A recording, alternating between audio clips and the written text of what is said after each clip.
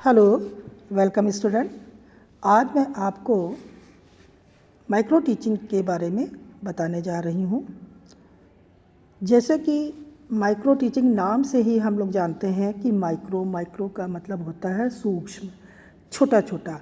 हम लोग एक एक चीज़ को ले करके उसको हम लोग छोटे छोटे टुकड़ों में बांट करके उसकी टीचिंग करने की प्रैक्टिस करते हैं। एक एक स्किल की जब प्रैक्टिस करते हैं तो उससे टीचर जो है उसका वो स्किल डेवलप हो जाता है। इसलिए माइक्रो टीचिंग जो है ये एक शिक्षण की तकनीकी है, ये टेक्निक है कि किस तरह से हम लोग अपनी टीचिंग को हम लोग उसमें कुशल बने। माइक्रो टीचिंग का उद्देश्य जो होता है ये शिक्षकों को विशिष्ट शिक्षण कौशल में दक्ष बनाता है, यानी कि जो भी शिक्षण कौशल है उस कौशल में वो निपुण बनता है। जैसे कि अगर वो प्रस्तावना निकलवा रहा है तो प्रस्तावना कौशल में निपुण हो जाता है, और जो भी कौशल वो करना चाहता है उसमें वो निपुणता प्राप्त करता है। इसीलिए शिक्षण का इसे सूक्ष्म मॉडल भी कहा जाता है। अब हम बात करते हैं माइक्रो टीचिंग, इसकी परिभाषा क्या है।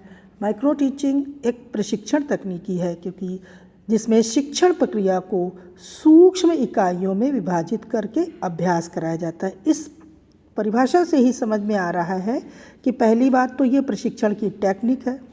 दूसरी बात है कि जो शिक्षण प्रक्रिया है उसमें हम लोग विस्तृत जो पाठ योजना होती है उस पाठ योजना से उसको सूक्ष्म छोटी छोटी इकाइयों में विभाजित कर लेते हैं और एक एक इकाई का फिर उसका अभ्यास कराया जाता है। 1963 में डॉक्टर D.W. एलन ने अमेरिका के स्टैनफोर्ड विश्वविद्यालय में इसका विकास किया था, और भारत में सूक्ष्म शिक्षण के जनक T.D. तिवारी थे। उन्होंने 1967 में सेंट्रल पेडागोजिकल इंस्टीट्यूट इलाहाबाद में सूक्ष्म शिक्षण की शुरुआत की थी। हमारे भारत में 1974 में डॉक्टर B.K. पासी के द्वारा CASE वडोदरा में इसको प्रारंभ किया गया था। भारत में माइक्रो टीचिंग का प्रसार करने का सबसे पहला प्रयास डॉक्टर B.K. पासी के द्वारा 1974 में किया गया था।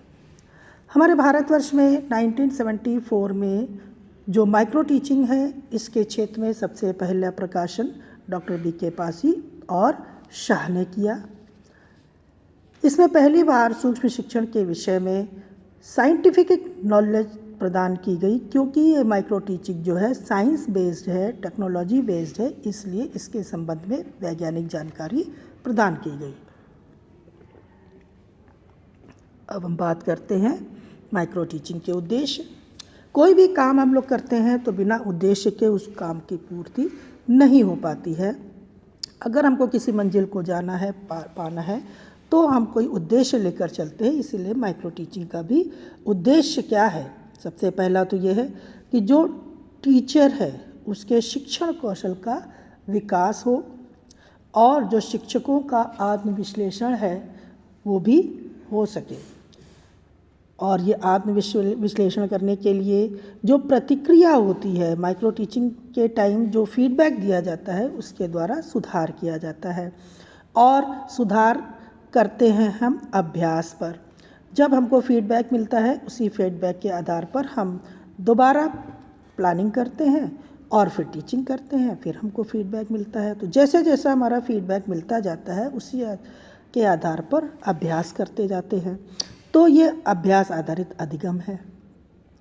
माइक्रो टीचिंग की विशेषताएं क्या है, कैरेक्टरिस्टिक्स क्या है, यानी कि जो भी टीचिंग है इसको हम लोग छोटी छोटी इकाइयों में विभाजित करके फिर इसको पढ़ाते हैं। सबसे पहली विशेषता तो ये है कि सूक्ष्म इकाइयों में विभाजित करते हैं। दूसरी विशेषता है कि ये फीडबैक आधारित है, यानी कि जैसा भी टीचर पढ़ा रहा है उसको तुरंत फीडबैक मिलता है और उसी के आधार पर वो उसमें सुधार कर लेता है।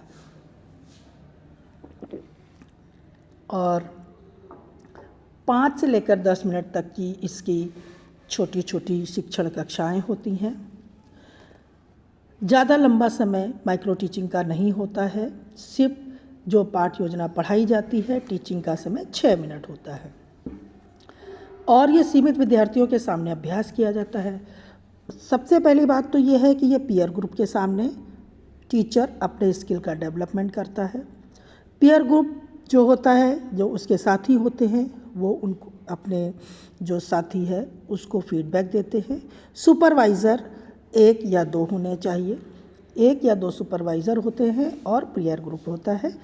ये छोटे बच्चों को पढ़ाने के लिए नहीं होता है, बल्कि जो माइक्रो टीचिंग है ये टीचर अपने स्किल को डेवलप करने के लिए अपने साथियों के सामने इसको पढ़ाता है।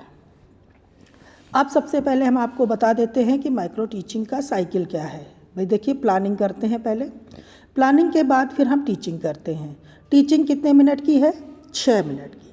और जब टीचिंग करते हैं तब फिर हमारा जो पीयर ग्रुप है और जो हमारे सुपरवाइज़र हैं वो हमको फीडबैक देते हैं। इसका टाइम भी निश्चित है, 6 मिनट है, क्योंकि जितनी देर हम टीचिंग करते हैं उसी हिसाब से हमको फीडबैक मिलता है। फीडबैक जैसा मिलता है उसके आधार पर दोबारा हम पाठ योजना बनाते हैं। टीचर रीप्लानिंग करता है। रीप्लानिंग के लिए उसको 12 मिनट मिलते हैं और 12 मिनट में वो रीप्लानिंग करके फिर वो रीटीच करेगा।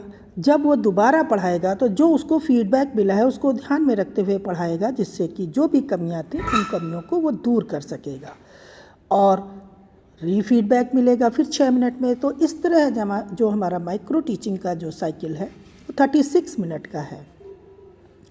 ये देखिए, आप ग्राफ के द्वारा इसको समझ सकते हैं। सबसे पहले माइक्रो टीचिंग साइकिल में प्लानिंग बताई गई है। प्लानिंग करने के बाद फिर टीचिंग की जाती है। टीचिंग 6 मिनट में होती है और इसके बाद फीडबैक दिया जाता है, ये भी 6 मिनट के लिए होता है। फीडबैक के बाद रीप्लानिंग होती है तो ये 12 मिनट लगते हैं इसमें। फिर रीप्लानिंग के बाद रीटीचिंग होती है 6 मिनट के लिए और रीटीचिंग के बाद रीफीडबैक मिलता है। तो इस तरह से माइक्रो टीचिंग साइकिल जो है ये 36 मिनट्स का होता है। अब इसकी सेटिंग देख लीजिए आप। माइक्रो टीचिंग जो है, जो टीचिंग होती है वो 6 मिनट के लिए, फीडबैक 6 मिनट के लिए, रीप्लानिंग 12 मिनट और 6 मिनट रीटीच के लिए होते हैं और रीफीडबैक के लिए भी 6 मिनट होते हैं। आपको शॉर्ट में बता दें कि नंबर ऑफ़ स्टूडेंट्स इसमें 10 होने चाहिए, इससे मैक्सिमम नहीं होने चाहिए। कम से कम स्टूडेंट्स में भी ये माइक्रो टीचिंग होती है। और वो स्टूडेंट्स कौन से होते हैं? वो हमारा पीयर ग्रुप होता है, साथी होते हैं हमारे। सुपरवाइज़र भी हमारे 1 या 2 होते हैं और फीडबैक जो है हमको सुपरवाइज़र के द्वारा और अपने पीयर ग्रुप के द्वारा मिलता है। इसके फ़ायदे क्या हैं, लाभ क्या है, क्या यूज़ होता है? सबसे पहली बात तो है कि ये कौशल आधारित ट्रेनिंग है और इसमें टीचर जो है अपना स्वयं मूल्यांकन कर सकता है, उसकी सुविधा है उसको। और फीडबैक से जो उसको गलतियां या त्रुटियां बताई जाती हैं उन त्रुटियों में वो सुधार करता है, सुधार की गुंजाइश होती है, जिससे कि जो टीचर है उसमें सेल्फ कॉन्फिडेंस में बढ़ोतरी होती है। और जब उसमें सेल्फ कॉन्फिडेंस बढ़ता है तो वो बड़े विश्वास के साथ, आत्मविश्वास के साथ शिक्षण करता है। फिर कुछ कमियां हैं इसमें, जैसे कि इसका जो क्लास है वो कृत्रिम होती है, एक्चुअल नहीं होती है और इसमें सीमित समय और छात्रों के कारण वास्तविक परिस्थितियों से भी ये क्लास जो है ये अलग होती है। ये सभी प्रकार के शिक्षण कौशलों को कवर नहीं कर पाता। इस तरह से हम आपको बताना चाहेंगे कि माइक्रो टीचिंग एक बहुत ही प्रभावशाली प्रशिक्षण की ये एक तकनीक है। ये शिक्षकों को कुशल, आत्मविश्वासी और प्रभावी बनाती है, क्योंकि माइक्रो टीचिंग के द्वारा टीचर अपने अलग अलग जो कौशल हैं उनका वो विकास करता है, उसमें कुशल होता है, उसमें दक्ष बनता है, निपुण होता है। जैसे कि प्रस्तावना प्रश्न कौशल है, पुनर्बलन कौशल, व्याख्या कौशल, क्वेश्चनिंग स्किल, कई इस तरह के कौशल हैं जिनका कि वो प्रयोग करके अपने शिक्षण को वो प्रभावी बना सकता है। इस वीडियो में इतना ही। Thank you.